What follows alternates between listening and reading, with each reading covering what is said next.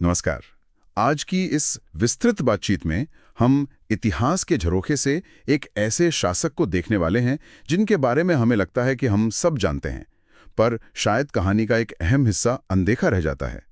हम बात कर रहे हैं राजा दशरथ की, लेकिन राम के जन्म से पहले के दशरथ। हमारे पास जो स्रोत सामग्री हैं, खास तौर पर दशरथ, एक राजा का शौर्य और वारिस की खोज से कुछ महत्वपूर्ण अंश वो हमें राम के पिता बनने से पहले के उनके जीवन की एक गहरी झलक देती हैं। उनका राज्य कैसा था, उनकी व्यक्तिगत शक्तियां क्या थीं और कौन सा एक दुख उन्हें भीतर ही भीतर खाए जा रहा था। तो चलिए आज इसी पहलू पर ध्यान केंद्रित करते हैं, समझते हैं उस व्यक्ति को, उस राजा को जिन्हें आगे चलकर वो गौरव प्राप्त हुआ जो इतिहास में अमर है, भगवान राम के पिता होने का। शुरुआत करते हैं उस धरती से जहां दशरथ का शासन था, कोसल महाजनपद और उसकी भव्य राजधानी अयोध्या। हमारे स्रोत बताते हैं कि ये कोई साधारण नगर नहीं था। इसका उल्लेख प्राचीन वेदों और पुराणों तक में मिलता है। कहते हैं इसे स्वयं मानव जाति के पूर्वज मनु ने बसाया था। बिल्कुल सही कहा आपने। और अयोध्या नाम का अर्थ ही अपने आप में बहुत कुछ कहता है। अयोध्या यानी जिसे युद्ध में जीता न जा सके, जो अजेय हो। स्रोत में इसका काफी विस्तृत वर्णन है। 12 योजन लंबी और 3 योजन चौड़ी बताई गई है, किसी विशाल किले की तरह। सड़कें चौड़ी और सीधी थीं, जिन पर नियमित रूप से जल छिड़काव होता था और फूलों की वर्षा की जाती थी। स्रोत ये भी बताता है कि नगर की सुरक्षा के लिए 7 स्तरों की किलेबंदी थी और गहरी खाइयां थीं। 7 स्तरों की किलेबंदी, ये तो वाकई अजय लगता है। हाँ, और नगर के भीतर का वर्णन भी उतना ही शानदार है। महल रत्नों और मोतियों से जड़े थे, ऊंचे शिखर आसमान छूते थे। बाजार हर तरह की वस्तुओं से भरे थे। अनाज, रेशमी कपड़े, दुर्लभ इत्र, सोने चांदी के गहने। विष्णु, शिव और अन्य देवताओं को समर्पित भव्य मंदिर पूरे शहर में फैले हुए थे, जिनमें दिन रात वैदिक मंत्रों की ध्वनि गूंजती रहती थी। स्रोत के अनुसार यहाँ के नागरिक धनी, शिक्षित और धर्मपरायण थे। और इस वैभवशाली सुरक्षित राज्य के अधिपति थे राजा दशरथ। वो सूर्यवंशी इक्ष्वाकु वंश के थे, एक ऐसा वंश जिसकी जड़ें स्वयं सूर्य देव तक जाती हैं। इसी वंश में सत्यवादी राजा हरिश्चंद्र हुए, जिन्होंने सत्य के लिए अपना सब कुछ त्याग दिया, और राजा सगर, जिनके 60,000 पुत्रों के उद्धार के लिए ही भागीरथ गंगा को पृथ्वी पर लाए थे। बिल्कुल। तो समझ सकते हैं कि दशरथ पर केवल एक विशाल और समृद्ध राज्य चलाने की ही जिम्मेदारी नहीं थी, बल्कि एक अत्यंत पवित्र और गौरवशाली वंश की परंपरा और प्रतिष्ठा को बनाए रखने का भारी दायित्व भी था। वो सिर्फ राजा नहीं, एक पूरी विरासत के संरक्षक थे, कह सकते हैं। यहाँ एक बहुत ही दिलचस्प बात सामने आती है, जिसका जिक्र हमारे स्रोत में भी है। उनका नाम दशरथ कैसे पड़ा? क्या ये सिर्फ एक नाम था? नहीं, ये सिर्फ एक नाम नहीं, बल्कि उनकी युद्ध कौशल का प्रतीक था। स्रोत हमें बताता है कि दशरथ युद्ध भूमि में अकेले ही अपने रथ को 10 दिशाओं में इतनी कुशलता और तेजी से घुमा सकते थे कि दुश्मन भ्रमित हो जाते थे। उन्हें ऐसा प्रतीत होता था मानो 10 अलग अलग रथों से 10 योद्धा एक साथ उन पर आक्रमण कर रहे हों।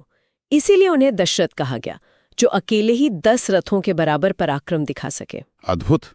मतलब नाम में ही उनका शौर्य थोपा था। निश्चित रूप से उन्हें महारथी की श्रेणी में गिना जाता था, यानी वो योद्धा जो अकेले ही हजारों सैनिकों का सामना कर सके।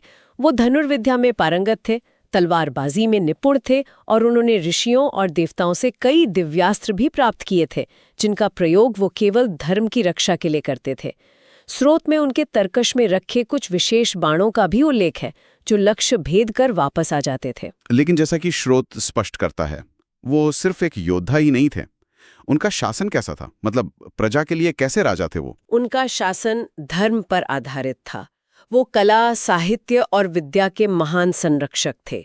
उनकी सभा में सुमंत्र जैसे अनुभवी महामंत्री, वशिष्ठ जैसे परम ज्ञानी कुलगुरु और वामदेव जैसे नीतिज्ञ ऋषि थे। ये सभी मिलकर सुनिश्चित करते थे कि प्रशासन न्यायपूर्ण हो, प्रजा सुखी रहे और किसी के साथ अन्याय न हो। स्रोत में उनके राज्य की समृद्धि का भी जिक्र है। कहा गया है कि उनके राज्य में अपराध लगभग शून्य थे।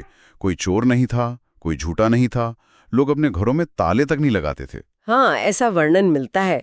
कोई भूखा नहीं सोता था। किसानों की फसलें भरपूर होती थी, समय पर वर्षा होती थी। गायों, ब्राह्मणों, स्त्रियों, बच्चों और वृद्धों की विशेष सुरक्षा की जाती थी। हर तरफ यज्ञों का धुआं और वैदिक मंत्रों की ध्वनि वातावरण को पवित्र रखती थी। ऐसा लगता है जैसे सब कुछ आदर्श था, एक उत्तम रामराज्य की पूर्व झलक। लेकिन हमेशा एक लेकिन होता है ना। हाँ, विडंबना यही थी। इतनी बाहरी सफलता, इतना यश, इतनी समृद्धि, प्रजा का इतना प्रेम, इन सब के बावजूद राजा दशरथ के मन के भीतर एक गहरा अथाह दुख पल रहा था। स्रोत इस दुख को बहुत मार्मिक ढंग से प्रस्तुत करता है।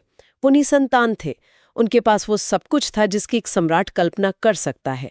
विशाल सेना, भरा हुआ खजाना, निष्ठावान मंत्री, प्रेम करने वाली प्रजा, ऋषियों का आशीर्वाद। फिर भी एक पुत्र की कमी, एक उत्तराधिकारी की अनुपस्थिति उन्हें अंदर ही अंदर खोखला कर रही थी। और इक्ष्वाकु जैसे प्राचीन और प्रतिष्ठित वंश के लिए तो उत्तराधिकारी का न होना शायद सामान्य से कहीं ज्यादा बड़ी चिंता का विषय रहा होगा। बिल्कुल, ये केवल व्यक्तिगत दुख नहीं था, ये वंश की परंपरा, पितरों के प्रति कर्तव्य और राज्य के भविष्य से जुड़ा प्रश्न था। बिना पुत्र के वंश आगे कैसे बढ़ता? पितरों को श्राद्ध कौन देता? यज्ञ और धार्मिक अनुष्ठान कैसे जारी रहते? उनकी 3 महारानियां थीं। पटरानी कौशल्या, जो अत्यंत धार्मिक और शांत स्वभाव की थीं और दक्षिण कोसल के राजा की पुत्री थीं। दूसरी रानी कैकेयी, जो कैकेय प्रदेश के राजा अश्वपति की बेटी थीं। वो अपनी सुंदरता के साथ साथ अपने साहस और युद्ध कौशल के लिए भी जानी जाती थीं। अच्छा, कैकेयी युद्ध कुशल भी थी? हाँ, स्रोत में उस घटना का विस्तार से वर्णन है जब एक युद्ध में दशरथ घायल हो गए थे और कैकेयी ने न केवल रथ को सुरक्षित स्थान पर पहुंचाया, बल्कि सारथी बनकर दशरथ के प्राणों की रक्षा भी की थी। कमाल है। और तीसरी रानी? तीसरी रानी थीं सुमित्रा, जो संभवतः काशी या मगध क्षेत्र से थीं। वो अत्यंत बुद्धिमान, विनम्र और दूरदर्शी मानी जाती थीं। तीनों रानियां पतिव्रता थीं और राजा दशरथ से अगाध प्रेम करती थीं, पर नियति देखिए, किसी से भी उन्हें पुत्र रत्न की प्राप्ति नहीं हुई थी। ये चिंता राजा को दिन रात सताती थी। वो अक्सर एकांत में या अपने सबसे विश्वस्त मंत्रियों के सामने अपना दुख व्यक्त करते थे। पुत्र की चिंता अपनी जगह, लेकिन जैसा कि स्रोत बताता है, इससे पहले उन्होंने युद्ध के मैदान में भी अपनी योग्यता साबित की थी। सिर्फ नाम के दशरथ नहीं थे वो। कतई नहीं, उन्होंने धर्म और न्याय की स्थापना के लिए कई युद्ध लड़े। एक बहुत प्रसिद्ध घटना है जिसका स्रोत में उल्लेख है, जब देवताओं और असुरों के बीच भयंकर युद्ध छिड़ा। असुर, विशेषकर शंबरासुर जैसे शक्तिशाली राक्षस, स्वर्ग पर अधिकार करने की कोशिश कर रहे थे और देवताओं को पराजित कर रहे थे। तब देवताओं ने राजा दशरथ से सहायता मांगी। दशरथ अपनी सेना लेकर देवताओं की ओर से लड़े और अपने अद्भुत रण कौशल से असुरों को परास्त किया, जिससे स्वर्ग में पुनः शांति स्थापित हुई। इस युद्ध में उनकी वीरता देखकर इंद्र भी प्रभावित हुए थे। यानी उन्होंने देवताओं की भी सहायता की। और ये शंबरासुर का भी जिक्र आया, वो कौन था? हाँ, शंबरासुर और अन्य कई असुर थे जो पृथ्वी पर ऋषियों के यज्ञों में विघ्न डालते थे, निर्दोष लोगों को सताते थे। दशरथ ने ऐसे कई असुरों का वध करके पृथ्वी पर भी धर्म की रक्षा की। इन विजयों से उन्हें न केवल मनुष्यों का, बल्कि देवताओं और ऋषियों का भी अपार स्नेह और आशीर्वाद प्राप्त हुआ। उन्हें धर्म का रक्षक माना जाने लगा। इतनी बड़ी विजय, देवताओं का आशीर्वाद, फिर भी पुत्र का अभाव उन्हें सालता रहा। हाँ, ये विजय, ये सम्मान, ये सब उससे कमी के सामने फीके पड़ जाते थे। स्रोत में वर्णन है कि दशरथ को अक्सर रात में स्वप्न आते थे जिनमें उनके पूर्वज दुखी और चिंतित दिखाई देते थे। मान्यता थी कि बिना पुत्र के श्राद्ध और तर्पण के अभाव में पितरों को मुक्ति नहीं मिलती। इसी तीव्र इच्छा को शास्त्रों में पुत्र ऐषणा कहा गया है, यानी पुत्र प्राप्ति की उत्कट अभिलाषा, जो हर गृहस्थ, विशेषकर राजा के लिए महत्वपूर्ण मानी जाती थी। स्रोत उनके एक विशेष संवाद का उल्लेख करता है जब उन्होंने भरे दरबार में अपना दर्द बयान किया था। क्या था वो, जरा बताएंगे? हाँ, एक शाम जब सभी मंत्री और सभासद उपस्थित थे, राजा दशरथ का संयम टूट गया। उन्होंने भरे गले से कहा, हे मेरे ज्ञानी मंत्रियों और गुरुजनों, मैंने शत्रुओं पर विजय प्राप्त की। मैंने धर्म और न्याय के साथ प्रजा का पालन किया। मैंने देवताओं को प्रसन्न किया, ऋषियों का सम्मान अर्जित किया। पर मेरे हृदय में एक ऐसा शूल चुभता है जिसका उपचार किसी वैद्य या किसी विजय में नहीं है। मेरा कुल दीपक बुझने को है। इक्ष्वाकु वंश का नाम आगे ले जाने वाला कोई नहीं। इस विशाल राज्य का, इस अतुल धन का, इस अर्जित यश का क्या लाभ जब मेरा अपना कोई अंशी इसे संभालने वाला नहीं होगा। ये तो किसी भी पिता के लिए बहुत गहरी पीड़ा है, और एक राजा के लिए तो शायद और भी ज्यादा। व्यर्थ शोक ना करें। धर्म के मार्ग पर चलने वालों की इच्छाएं देर से ही सही पर पूर्ण अवश्य होती हैं।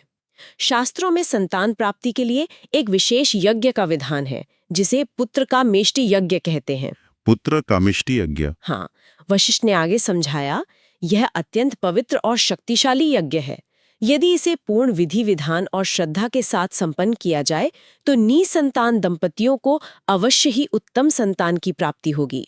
परंतु इस यज्ञ को करवाने के लिए हमें एक अत्यंत तेजस्वी और सिद्ध ऋषि की आवश्यकता होगी।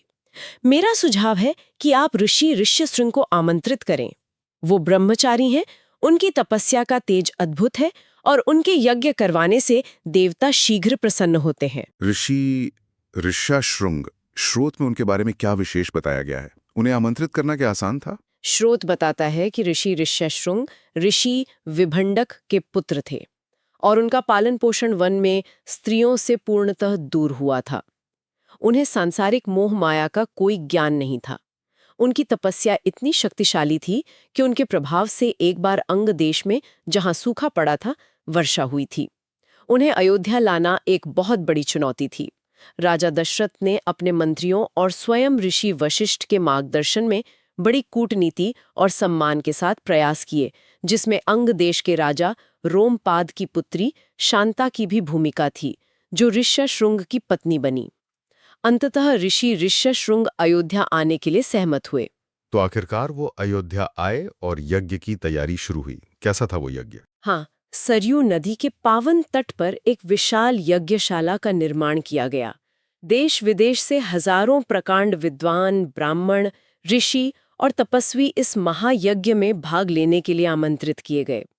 स्रोत के अनुसार यज्ञ सामग्री सोने चांदी के पात्रों में लाई गई थी और वातावरण वैदिक मंत्रों के सस्वर पाठ से गूंज रहा था।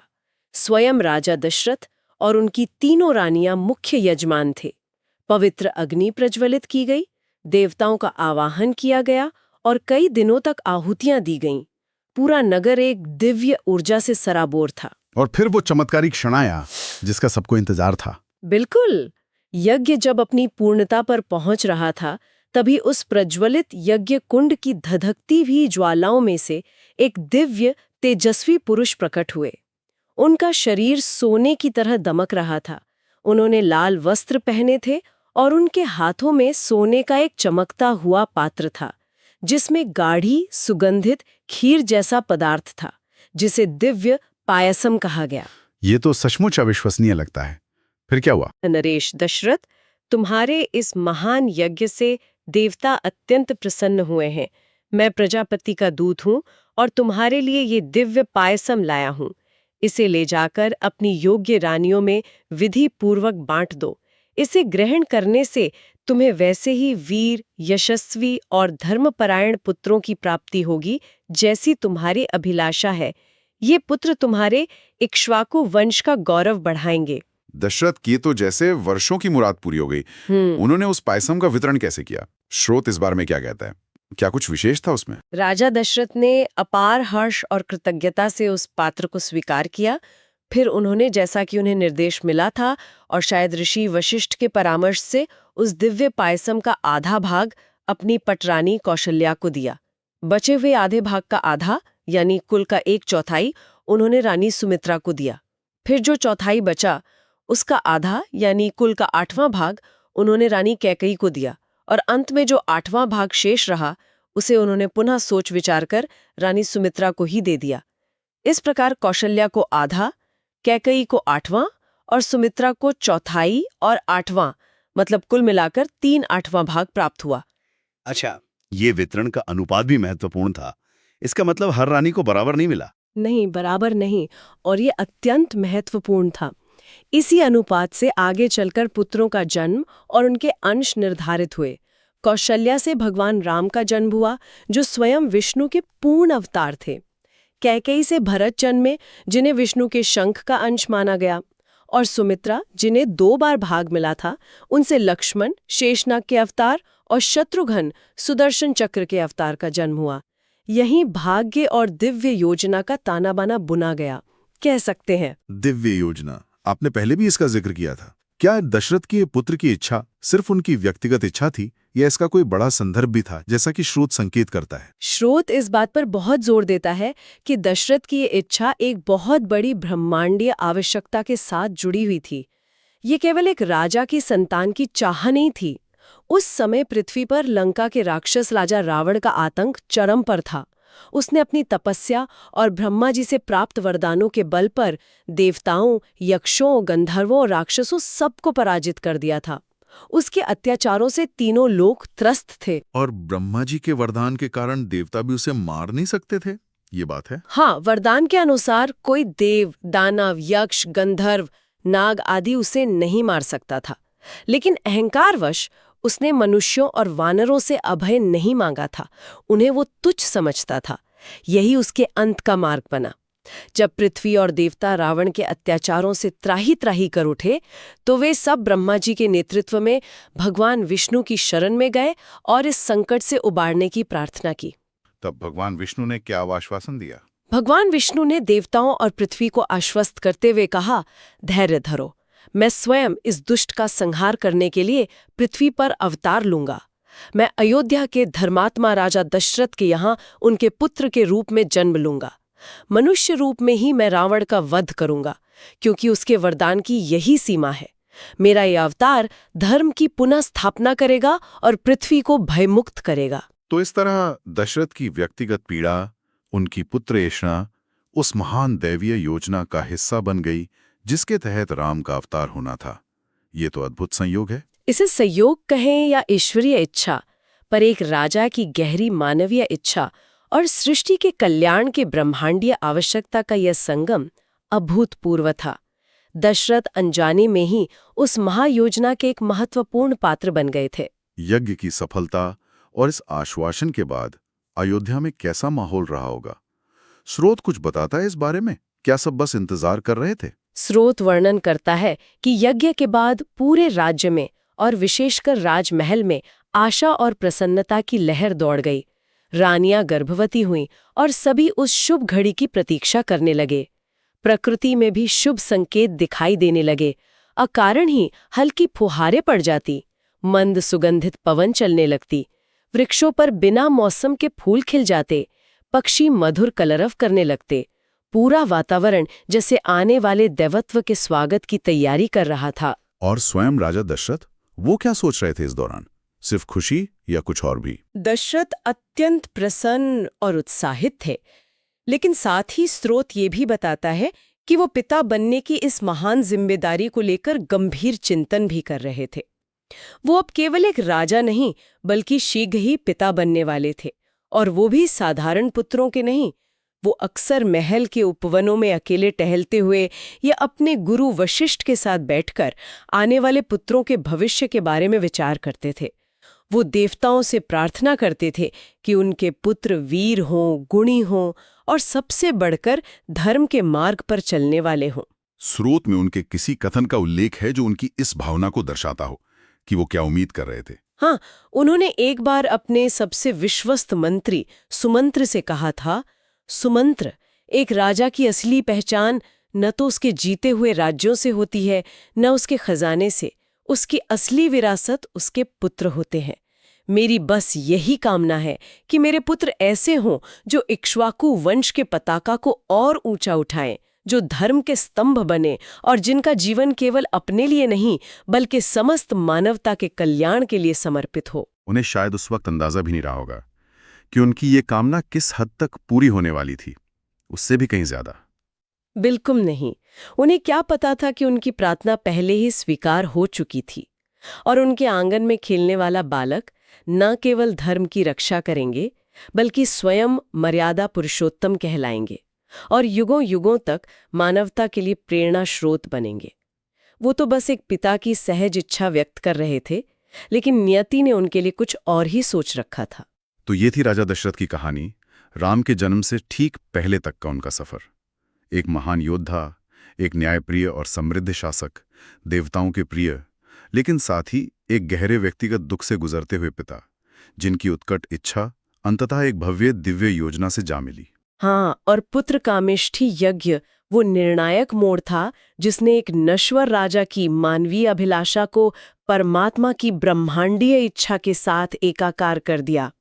मंच सज चुका था, अयोध्या नगरी प्रतीक्षा कर रही थी और समस्त ब्रह्मांड भगवान राम के अवतरण का साक्षी बनने को तैयार था। उन राम का जन्म जो न केवल राजा दशरथ के जीवन को पूर्णता देने वाले थे, बल्कि समस्त सृष्टि के इतिहास की धारा को बदलने वाले थे। ये सोचना ही कितना विस्मयकारी है कि कैसे एक व्यक्ति की कहानी, उसकी शक्ति, उसकी कमजोरी, उसकी आशाएं, उसकी पीड़ा इतनी बड़ी, इतनी दिव्य योजना का एक अनिवार्य हिस्सा बन सकती है। बिल्कुल। और जाते जाते हम अपने श्रोताओं के लिए एक विचार छोड़ जाते हैं जिस पर वो मनन कर सकते हैं। राजा दशरथ के अपने चरित्र के जो पहलू हमने आज देखे, उनका अतुलनीय शौर्य, धर्म के प्रति उनकी निष्ठा, पुत्र के लिए उनका गहरा दुख और फिर अटूट भक्ति, इन सब गुणों और संघर्षों का उनके पुत्रों, विशेष रूप से राम के चरित्र निर्माण और उनकी जीवन मूल्यों पर कितना और कैसा प्रभाव पड़ा होगा। क्या पिता की यात्रा अनजाने में ही पुत्र के मार्ग को आकार नहीं देती? इस पर सोचा जा सकता है।